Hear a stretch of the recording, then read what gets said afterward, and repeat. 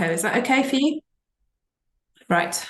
Um, Morning, everyone, and it's a great pleasure to be speaking at this. I'm actually involved in 3 different sessions during this training program.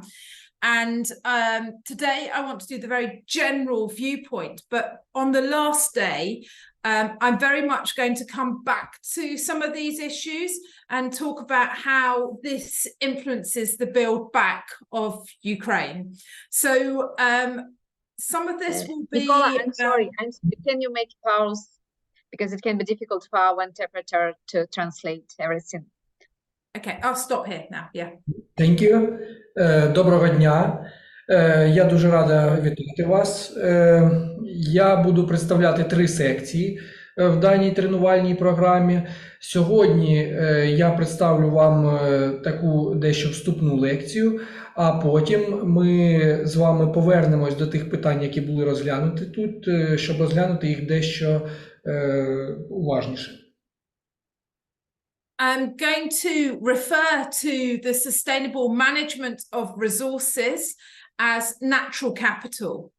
And I'm going to, first of all, start off by defining natural capital.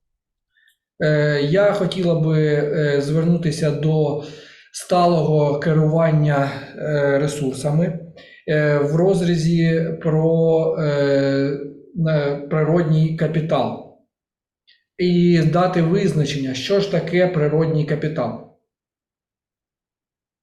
The first definition of natural capital is from the World International Forum on Natural Capital and talks about the world's stocks of natural assets, including geology, soil, air, water, and all living things.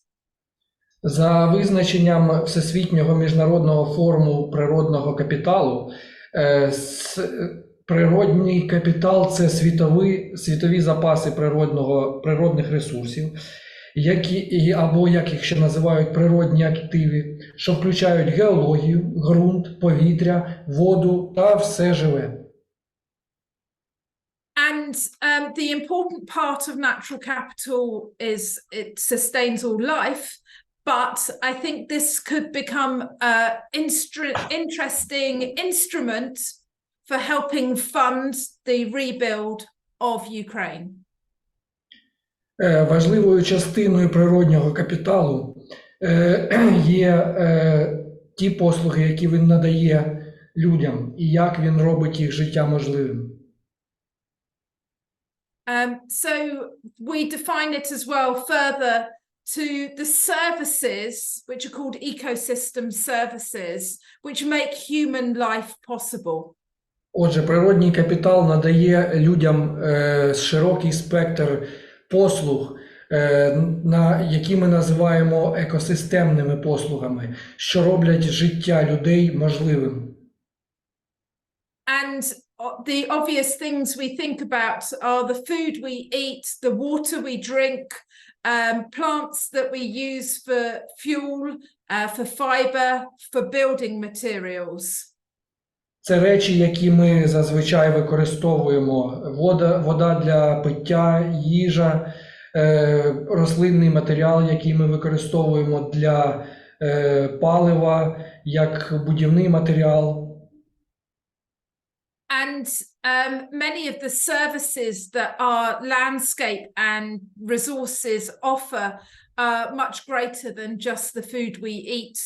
And for example, it is raining hard in the UK this morning, and the natural flood defences that are provided by forests, as well as carbon sequestered for mitigating climate change, are all important aspects of natural capital.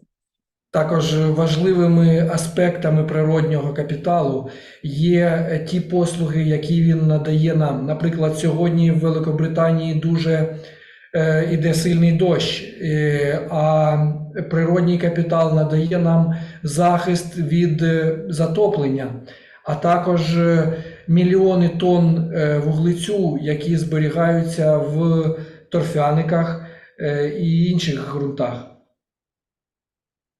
And this, This infographic shows nicely some of the things that are covered by natural capital. Ця інфографіка показує, що ж представляє собою природній капітал.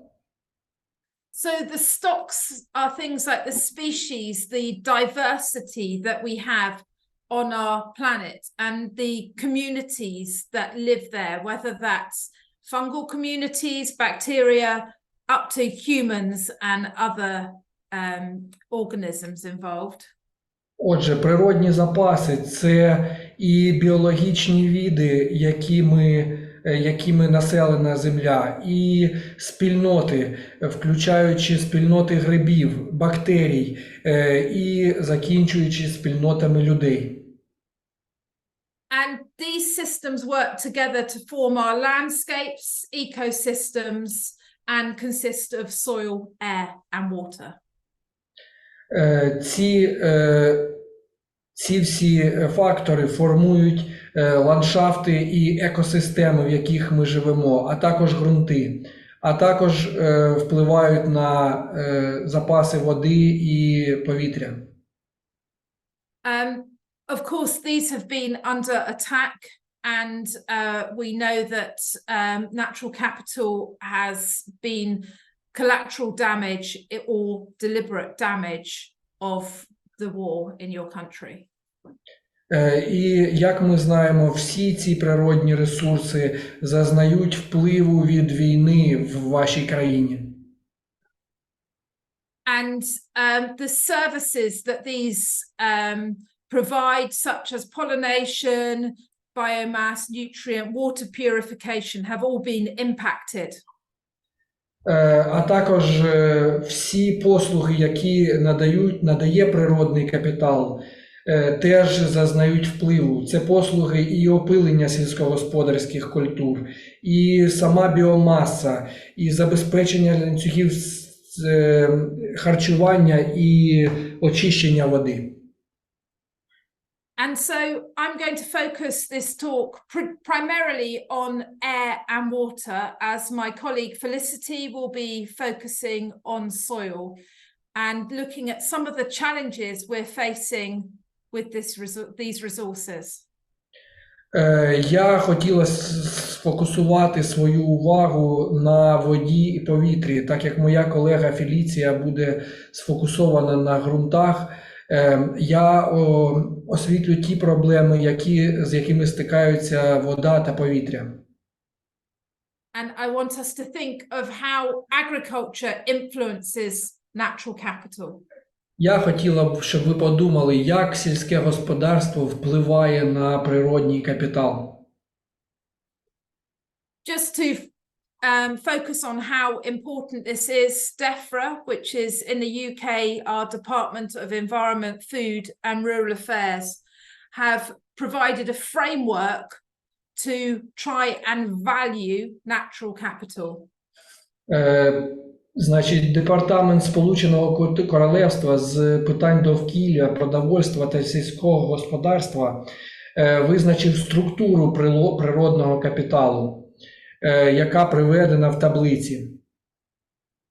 So this will look at kind of how much of the resource, how good it is, and where it is, to the services delivered and the benefits this offers us both locally, nationally, and internationally. Отже, нам потрібно сфокусуватися на тому, скільки природних ресурсів у нас є в наявності, якої вони якості і як вони розташовані. Далі ми зможемо оцінити ті екосистемні послуги, які можуть бути надані. І після цього оцінити ті переваги, ті надбання, які ми отримуємо від них локально, в межах країни, а також по всьому світу. So now I'm going to move on to how farming influences natural capital. And generally our natural capital is made up of the soil, the landscape, the land use and weather. Отже, тепер я хотіла би зупинитися на природокористуванні, і як сільське господарство впливає на природній капітал. Природній капітал тут складається із ґрунту, ландшафту, який його оточує, і ще інших факторів. And of course, on top of this, we put agricultural systems, and that could be a large-scale dairy farm. Отже, основним впливом сільського господарства, системи сільського господарства, яка може бути, це молочні ферми великого об'єму. Or it could be an outdoor poultry unit, and these have contrasting impacts on the land around them. Також великий вплив на землі, що їх оточують, залишають птахівничі ферми відкритого типу. Or it could be the kind of challenge of, do we keep land as agricultural cultivated land, or revert into grassland, or change grassland back, or change grassland into arable land?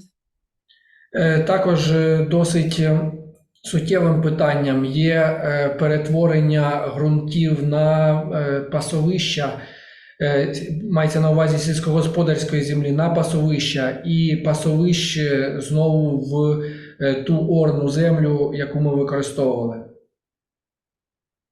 And we then have equine or other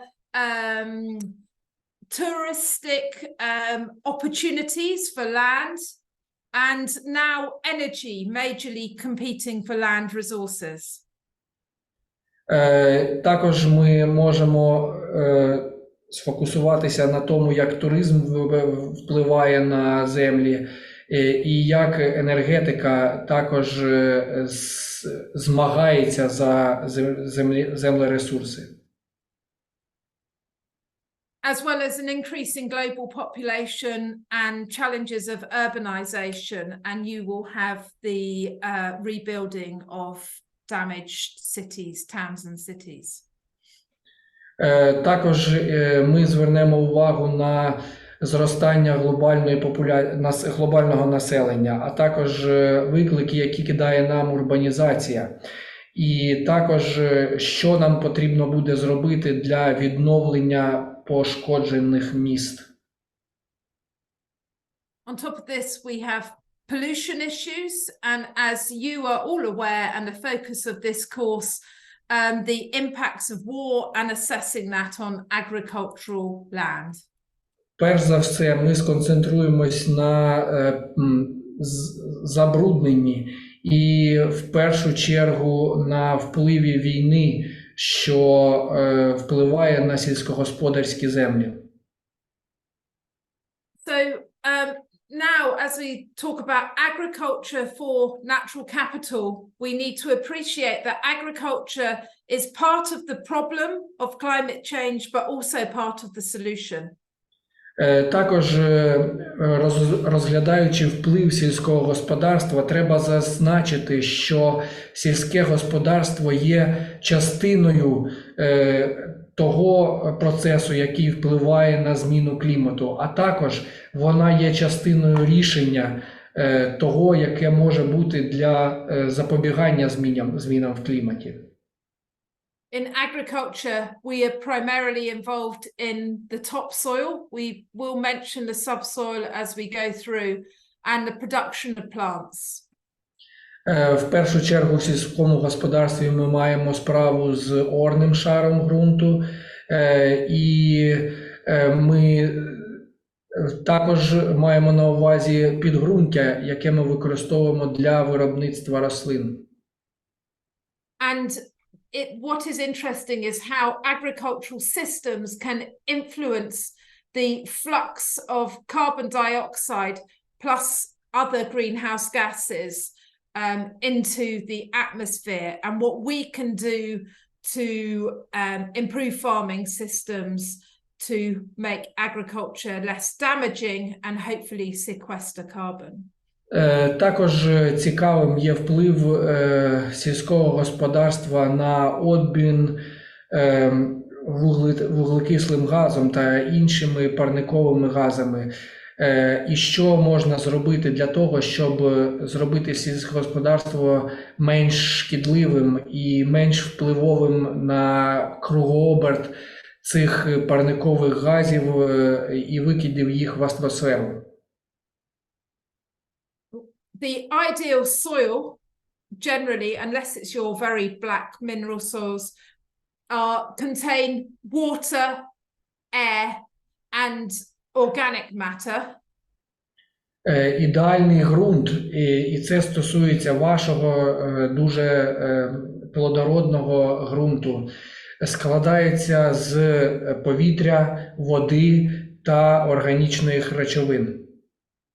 As well as the parent material items such made up from the build-up of soil over time. А також праматеріал, який включає в себе мінерали, пісок, мул та глину.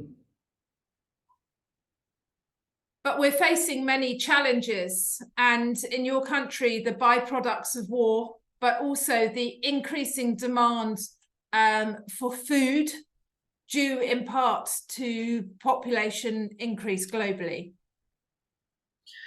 Також ми стикаємось з великими викликами, які війна спричиняє, і особливо це важливо в розрізі продовольчої безпеки, тому що населення потребує все більше і більше їжі в деяких регіонах.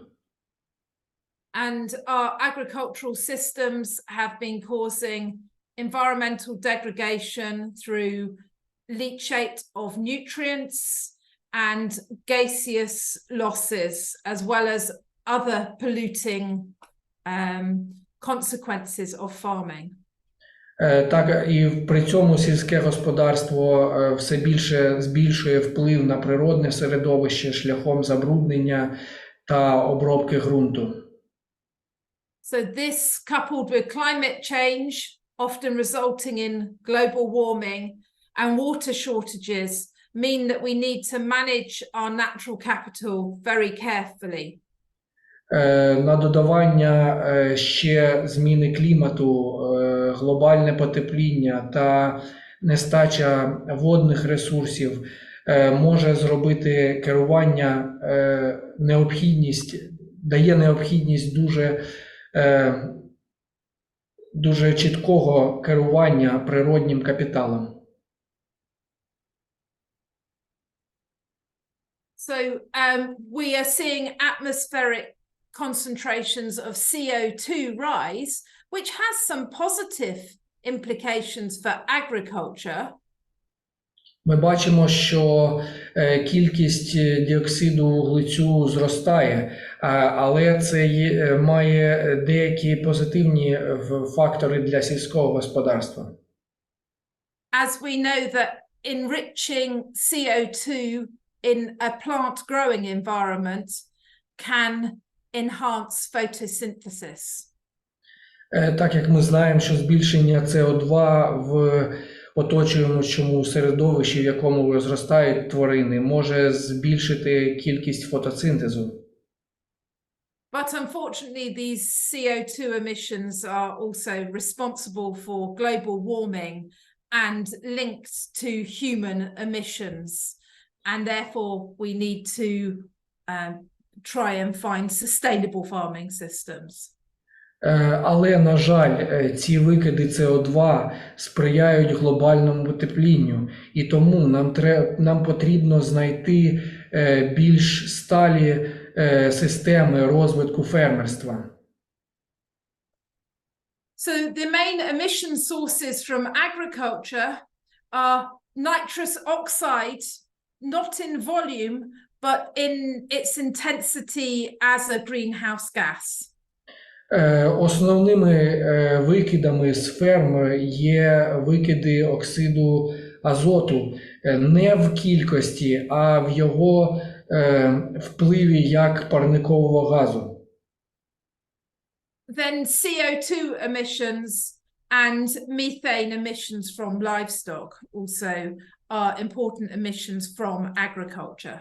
Також важливими викидами від сільськогосподарських ферм є викиди СО2, а також метану, що виробляється тваринами. And this is a breakdown of the emissions produced from agriculture. And in Ukraine, things such as the use of synthetic fertilizer, manure management, and methane emissions from livestock are all important considerations. Ця таблиця показує середні викиди від сільського господарства по світу. В Україні важливими впливами сільського господарства на оточуюче середовище є використання синтетичних добрив, керування відходами ферм, в частності гною, та викиди метану від тваринництва. And in the UK, you can see that the profile of greenhouse gas emissions from agriculture is very different to all other industries. В Великобританії ви можете звернути увагу на цей графік і побачити, що викиди сільського господарства значно відрізняються від викидів інших індустрій. And nitrous oxide and methane play a much bigger role. І carry on. І викиди азоту та метану мають дуже значну роль. We can improve soil management and fertilizer management to reduce nitrous oxide emissions. Ми можемо змінити систему фермерських господарств для того, щоб зменшити викиди оксиду азоту. We want to avoid situations where we see wide-scale erosion either through wind, water, or carrying out by our rivers. Ми також хочемо запобігти різним видам ерозії, як від вітру, води та вітру. And avoid some of the problems associated with this. А також запобігти деяким проблемам, які асоціюються з цим. But our landscape is under threat from climate change through milder, wetter winters, which increase risk of erosion. Але всі наші ґрунти мають ризики від кліматичних змін. Більш м'які і вологі зими збільшують ризик ерозії ґрунту. Risk of nutrient leaching and difficult soil conditions for establishing crops. Також є ризик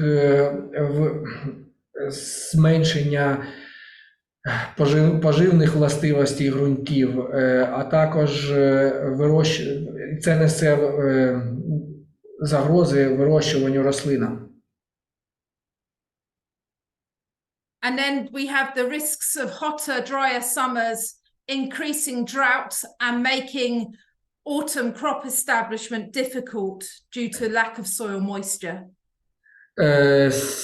Також зміни клімату при більш теплих і сухих літніх періодах несуть ризик посухи, а також роблять збирання урожаю восени більш проблематичним через суху землю. As the American President Franklin D. Roosevelt said, the nation that destroys its soil destroys itself. Як сказав 32-й президент США Рузвельт, нація, яка знищує ґрунти, знищує сама себе. Whilst you may not be destroying your own soil, it is being destroyed, but also we need to adapt your agricultural system to try and make it more sustainable for the future. Хоча ми напряму і не знищуємо ґрунти, Але ми повинні розробити таку систему сільського господарства, яка зробить його більш сталим в майбутньому. 1 centimetre of soil can take 150 years to form, or even more, depending on the climate, and it can be destroyed so quickly. 1 сантиметр продуктивного ґрунту формується близько 150 років, але розрушити його можна дуже швидко. And in the UK, we have quantified the loss of soil directly to the public purse. Ми оцінили, в Британії ми оцінили втрати ґрунтів і пов'язали їх з публічними витратами. And know that it's costing £30 million a year to deal with soil erosion on our roads, footpaths and drains. На боротьбу з ерозією ґрунтів на дорогах, пішохідних доріжках та водовідведних каналах витрачається 30 мільйонів фунтів щороку. And contamination of drinking water is also an issue.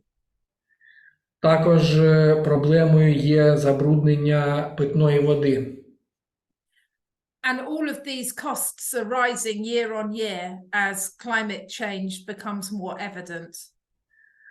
Із зростанням кліматичних змін витрати на ці всі ресурси стають все більшими.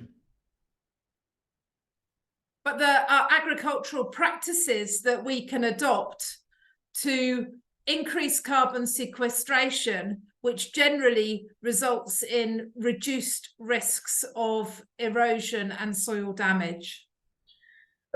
Але ми можемо підлаштувати сільськогосподарські практики для того, щоб збільшити утримання СО2 в ґрунті і зменшити наслідки ерозії. And farmers need to be aware of how they can farm to reduce the damage to soil and water on their farms.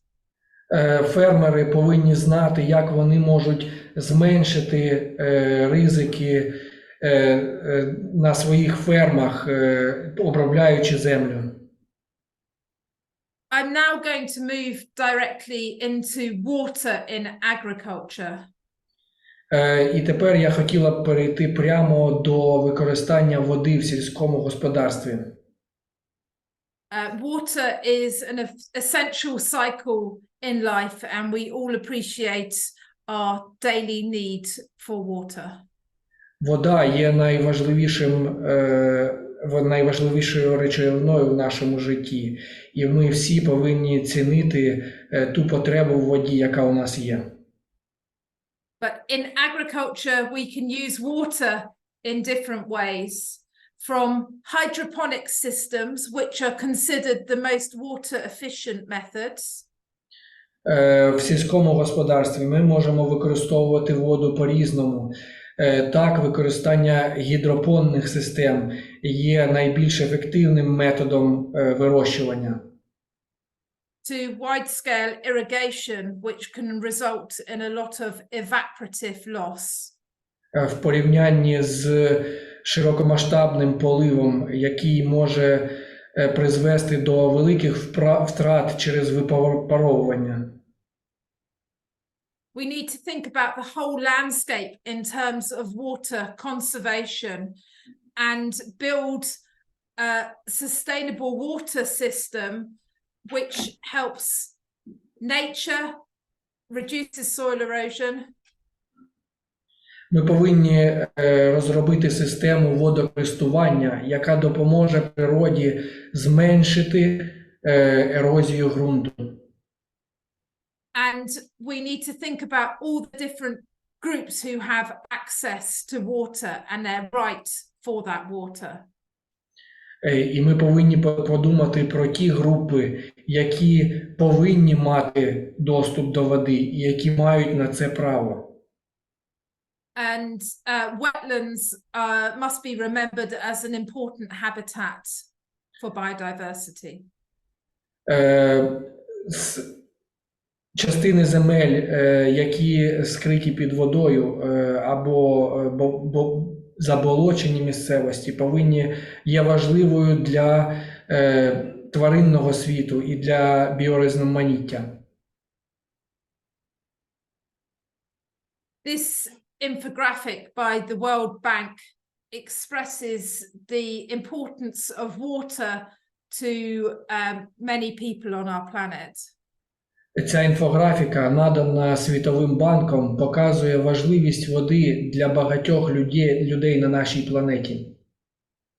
Stressing that irrigation currently is only 20% of global land use, but supports 40% of global food and fodder output. Наголошуючи, що системи поливу використовують 20% використовуваної води в світі, але підтримують 40% виробництва їжі. And agriculture is particularly vulnerable to losing its rights to water, as it's such a heavy user of water, with 70% of globally extracted water being used for irrigation. І сільське господарство є дуже вразливим до втрати доступу до водних ресурсів, тому що для поливу використовується 70% води, що видобувається. And many poor people are living in water-threatened areas, as we all will be within the next 50 years. І багато бідних людей живуть в районах, що мають загрозу недостачі води. І це тільки буде зростати в найближчі 50 років. The demand for water will rise as climate change increases and the world population demand more food. З змінами в кліматі буде зростати і потреба в воді, так як зростаюче населення буде вимагати все більше і більше їжі. And many farmers use water ineffectively on farms and cause pollution as well, complicating the issue. Багато фермерів використовують воду неефективно на своїх фермах. Також вони забруднюють її, що робить проблему ще більшою.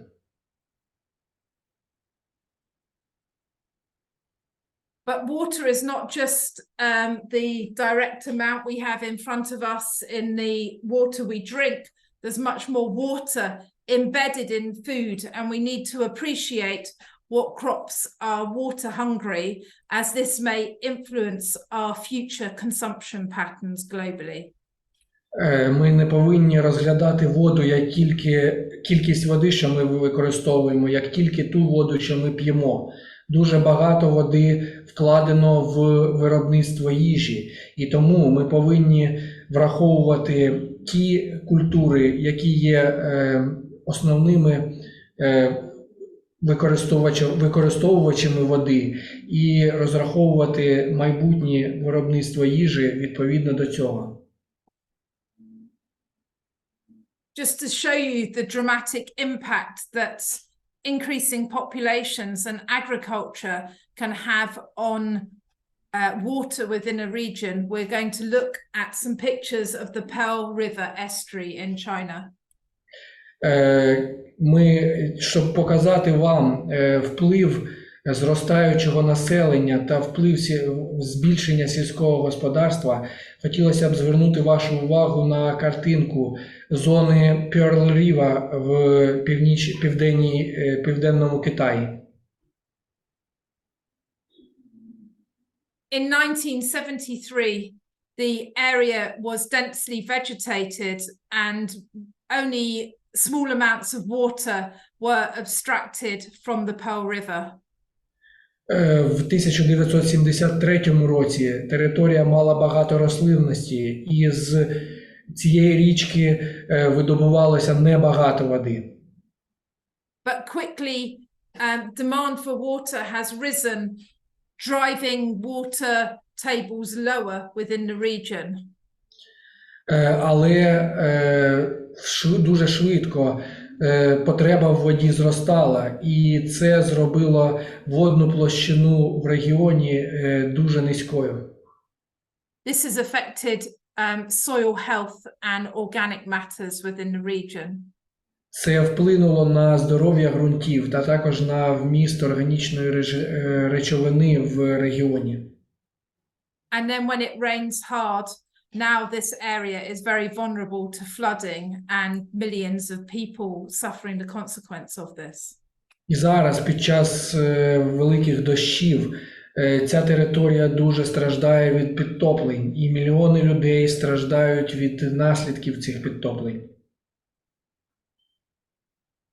I have just been working in Uzbekistan, and they have globally the greatest hydrological disaster.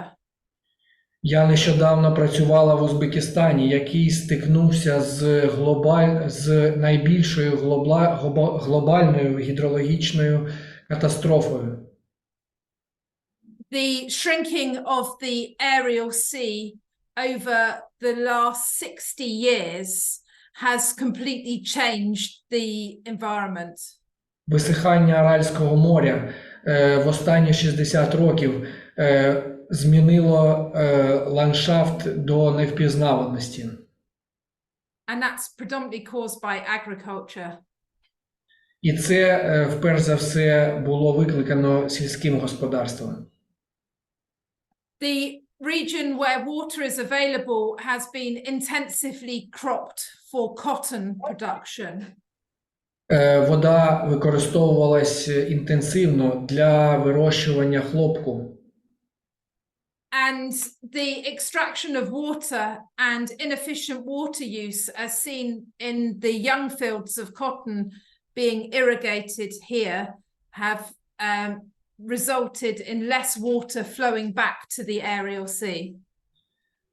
І результатом цього було неефективне використання на хлопкових полях. Як ви бачите, дуже неефективно використовувалась вода, і це спричинило менший відток води з полів назад в Аральське море.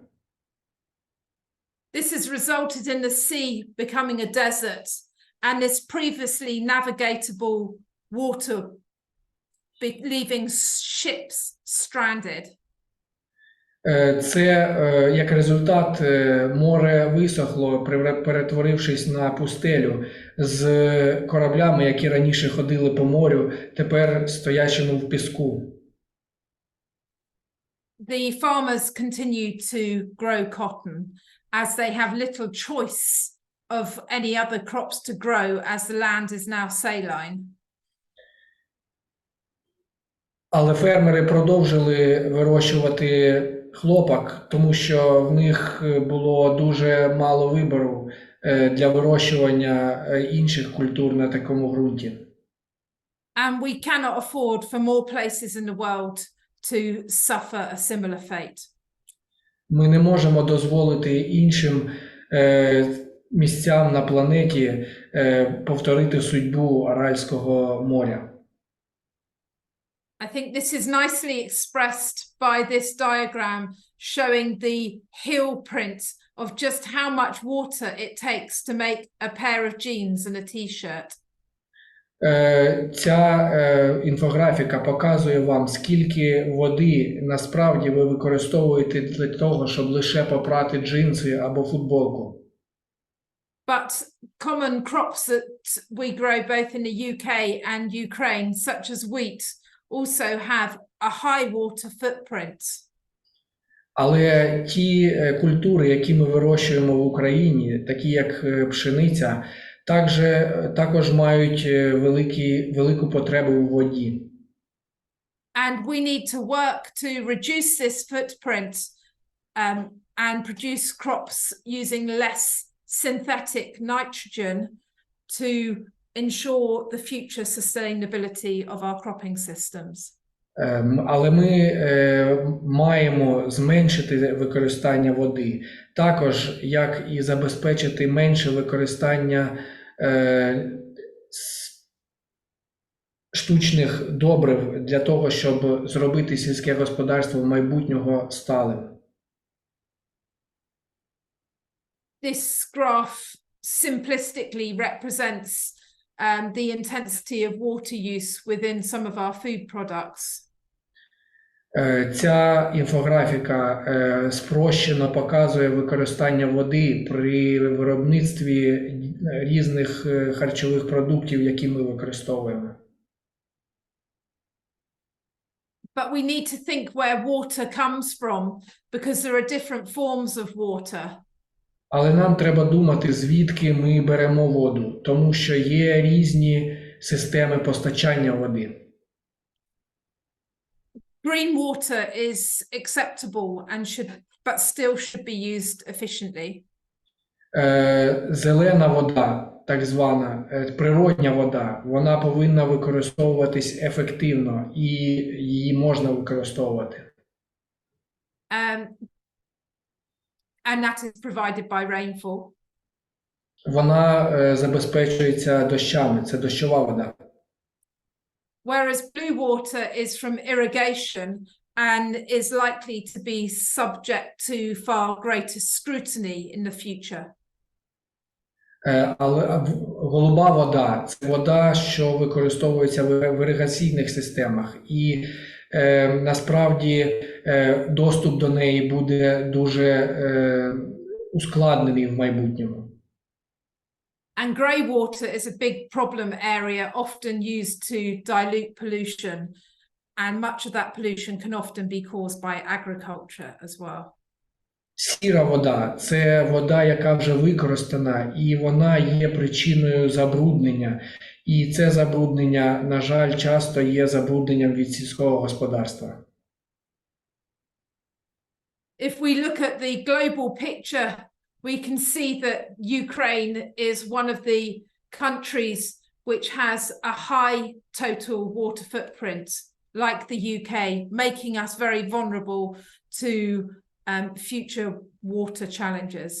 Якщо ми подивимось на карту світового споживання води, ми побачимо, що Україна, як і Великобританія, є одним з основних з тих, хто використовує багато води. І це робить нас дуже, як і Британію, дуже вразливими до змін клімату і використання зменшеної кількості води в майбутньому. And products like beef have such a high water footprint because of being fed grain, as well as drinking and processing the meat products. Система виробництва яловичини, вона дуже затратна з точки зору використання води, так як використовує зерно для їжі, воду для пиття, а також воду для омивання приміщень знаходження тварин.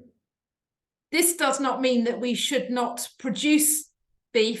It just means we have to think carefully about how we produce beef.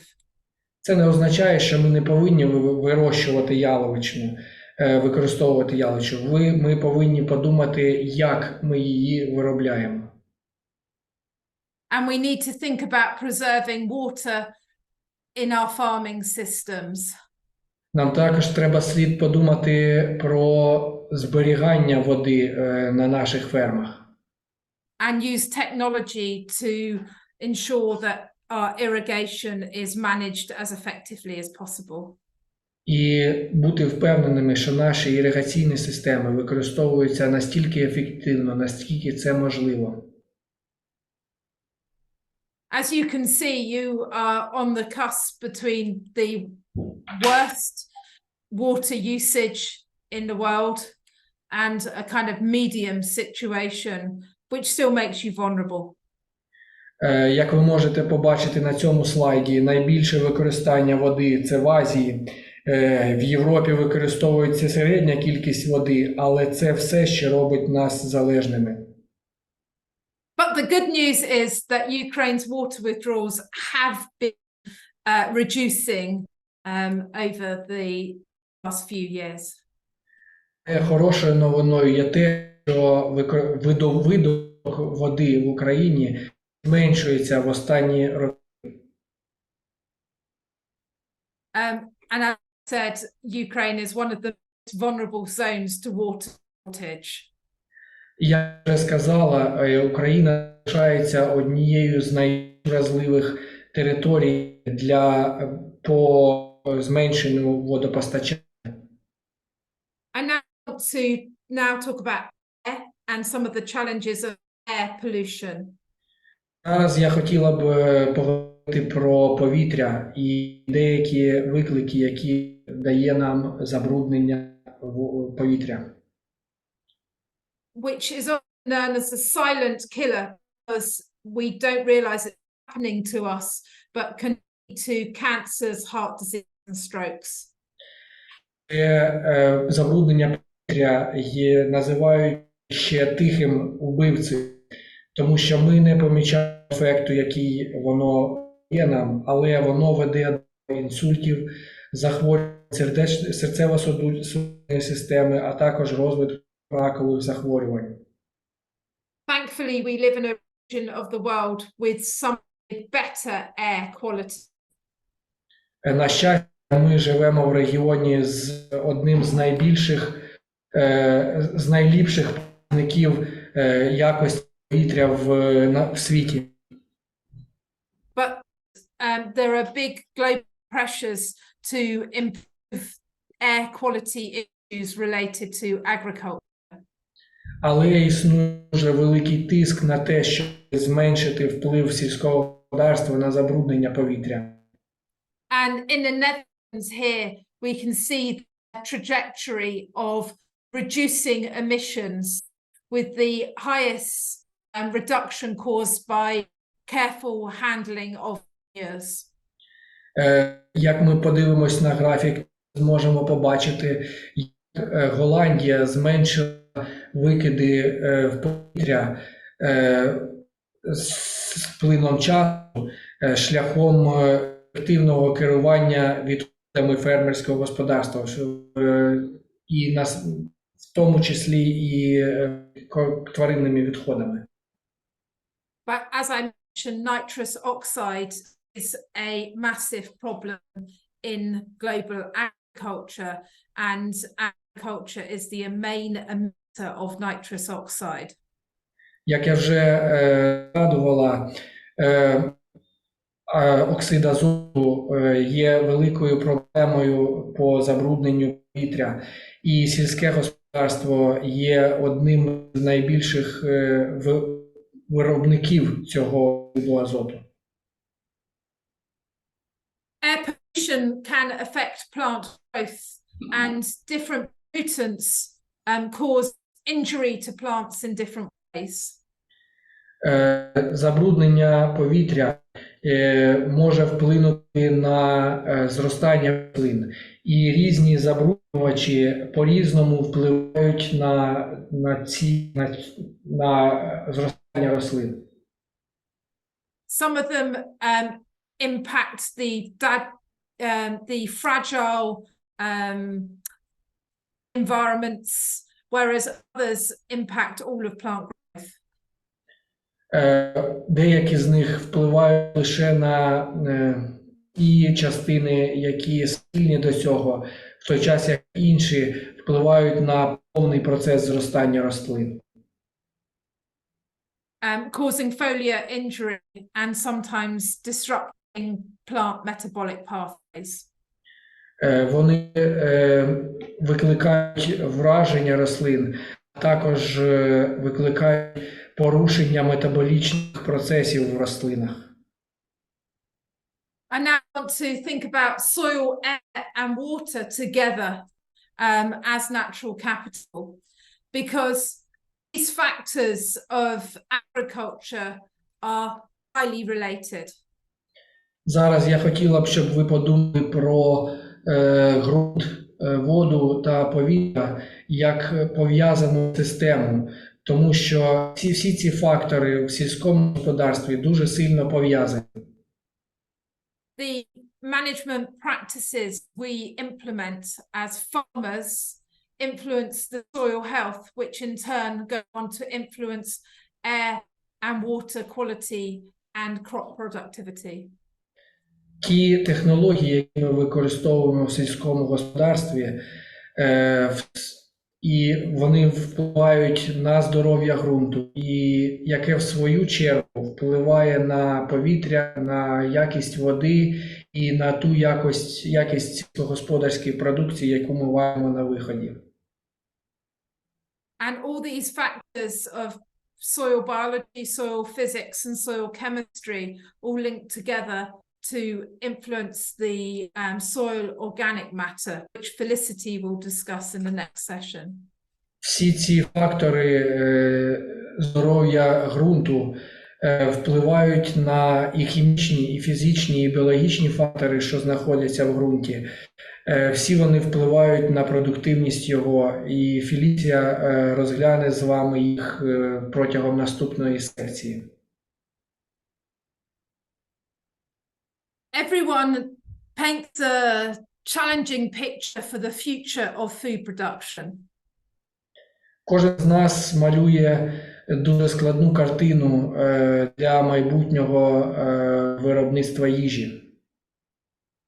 Many people believe that we need to intensify agricultural production more to increase productivity. Багато вірять в те, що ми повинні інтенсифікувати сільськогосподарське виробництво для того, щоб збільшити його продуктивність. They say that increasing populations and dietary expectations will lead to a rise in demand for calories globally. Тому вони вірять, що зростання населення та зміни в їх дієтичних вподобаннях призведуть до того, що попит на їжу збільшиться. And that we will need to use our land more intensively, and there will be less space for nature. Вони також вважають, що в майбутньому ми повинні будемо використовувати свою землю більш інтенсивно, і для природи залишиться менше місця. But we need to think about a different vision, which involves agroecological practices. Але ми повинні подумати про інші способи, які включають в себе агроекологічні практики. And societal change to alter the food we eat to match the climate that we are living in. Також суспільство повинно змінити свої харчові вподобання для того, щоб вони підходили для змін в кліматі, в якому ми живемо. And to put this into perspective, this is how Ukraine needs to capitalize on natural capital to fund an agroecological build back. І ця таблиця зараз показує нам, що повинно зробити українське керівництво для того, щоб капіталізувати свій природній капітал і отримати від нього економічну вигоду. Some call this bilateral debt for nature initiative. Деякі називають його білатеральною борговою природньою ініціативою. Where debt can be cancelled by and funds given to enable environmental change. Де попередні борги можуть скасуватися, списатися, і наступні грошові кошти можуть бути перераховані в фонди, які будуть сприяти зміні оточуючого середовища. And if this is conducted carefully, this can not only include the natural environment, as in wild areas, but also the agricultural environment. І якщо вся ця система буде працювати правильно, то вона вплине не тільки на природнє середовище дикої природи, але і на сільськогосподарське середовище. As we've seen earlier in this presentation, agriculture can influence the way we manage our natural capital. Як ми вже бачили попередньо в нашій презентації, сільське господарство може вплинути на спосіб, яким ми керуємо нашим природнім капіталом. So to summarize, I want to say that there are many challenges to cope with. Отже, щоб підсумувати, я повинна сказати, що у нас дуже багато викликів, з якими ми повинні справитись. But in building back, we need to build back better to adapt and mitigate climate change. Але в майбутньому нам потрібно вибудувати таку систему, щоб зменшити кліматичні зміни. And every farm has a part to play in this, in the practices they adopt. І кожна ферма повинна взяти в цьому участь тими практиками, які вони використовують в веденні свого хазяйства. So it's important that we take a systems, a big world vision of how one factor influences another to make sure we adopt the right systems. Отже, для цього ми повинні мати світову візію, світову практику, для того, щоб бути впевненими, як один фактор впливає на інший, і для того, щоб використовувати правильну систему природокористування. And whilst there are lots of challenges to overcome, I think we should remember that there are lots of new opportunities which will make us think about the world in a different way and the build back of your country.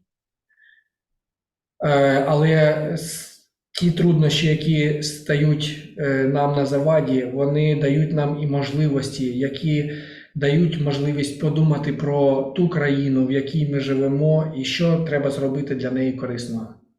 Thank you very much. Any questions? Дякую за увагу. Чи є запитання? Thank you, dear Nicola. Thank you for your wonderful presentation. Very impressive, very interesting. So many different topics were covered. So we are looking forward to your next presentation tomorrow. And шановні учасники, якщо у вас є запитання, будь ласка, можете зараз поставити або можете надіслати в чат, і тоді ми під час останньої сесії ставимо запитання. Якщо ні, тоді thank you, dear Nicola. Now we have a lunch break and see you tomorrow. Всі інші учасники зараз ми маємо